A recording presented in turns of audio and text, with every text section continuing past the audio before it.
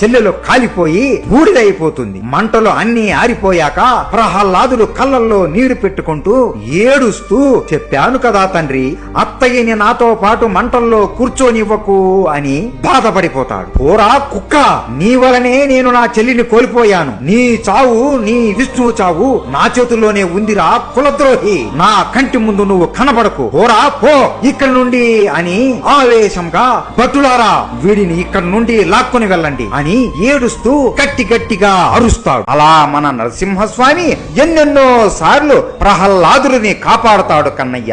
ఇప్పుడు నరసింహస్వామి ఎలా జన్మించాడో చెబుతాను, శ్రద్ధగా విను. హోలిక మరణాన్ని చూడగానే హిరణ్యకశిపుడికి పట్టరాని కోపం వచ్చి వీడిని ఒక్క జలపాతం నుండి కింద పడవేయండి అని ఆజ్ఞాపిస్తాడు. అప్పుడు కూడా విష్ణువు వచ్చి ప్రహ్లాదుని కాపాడతాడు. అమ్మయ్యా, ఈ ప్రహ్లాదుడు చనిపోయాడు అని హిరణ్యకశిపుడు అనుకుంటూ ఉంటాడు. కానీ ప్రహ్లాదుడు మాత్రం నమస్కరిస్తూ ఓం నమో భగవతే వాసుదేవాయ నమః అనే మంత్రం పలుకుతూ మహల్ లోపలికి వస్తాడు. అతన్ని చూడగానే హిరణ్యకశిపుడు వేగముగా పరిగెత్తుకుంటూ వచ్చి ప్రహ్లాదుని గట్టిగా తంతాడు.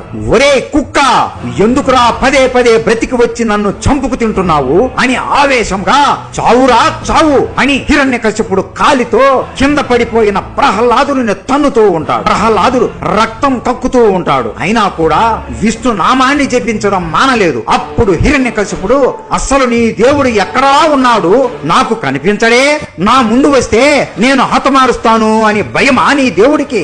రప్పించు, ఇప్పుడే రప్పించురా నీ దేవుడిని అని అంటాడు. అప్పుడు ప్రహ్లాదుడు, తండ్రి, దేవుడు అన్ని చోట్ల ఉంటాడు అని అంటాడు. అన్ని చోట్ల ఉంటాడా?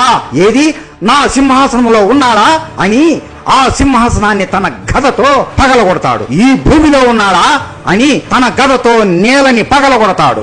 ఈ ఖడ్గంలో ఉన్నాడా అని ఆ ఖడ్గాన్ని విరగొడతాడు. పోనీ నాలో ఉన్నాడా, చెప్పురా చెప్పు అని కోపంతో అంటాడు. అవును తండ్రి, మీరు చెప్పిన అన్ని చోటుల్లో నా విష్ణువు శక్తి ఉంటుంది. అంతెందుకు తండ్రి, మీ ముందు ఉన్న ఈ స్తంభంలో కూడా నా విష్ణువు ఉన్నాడు అని అంటాడు. హిరణ్యకశిపుడు కోపంతో ఊగిపోతూ, ఈ స్తంభాల్లో ఉన్నాడా అని విష్ణువు, ఈ స్తంభంలో అని తన గదని తీసుకుని వెళ్లి ఆ స్తంభాన్ని గట్టిగా కొడతాడు. ఆ దెబ్బకి స్తంభం మెల్లగా కూలిపోతూ ఉంటుంది. అప్పుడు హిరణ్యకశిపుడు నవ్వుతూ, ఎక్కడ రాని దేవుడు అని హేళన చేస్తాడు. కానీ ఆ స్తంభం నుండి మెల్లగా ఒక దివ్యమైన వెలుగు వస్తుంది. మెల్లగా స్తంభం పగులుతూ ఉంటుంది. హిరణ్యకశిపుడు, ఎందుకు ఇది ఇంతగా మెల్లగా పగులుతుంది అని మెల్లగా ఆ స్తంభం దగ్గరికి వెళ్లి చూస్తాడు. ఆ స్తంభానికి ఉన్న రంధ్రంలో కన్ను పెట్టి చూడగా ఆ రంధ్రం నుండి హిరణ్యకశిపుడు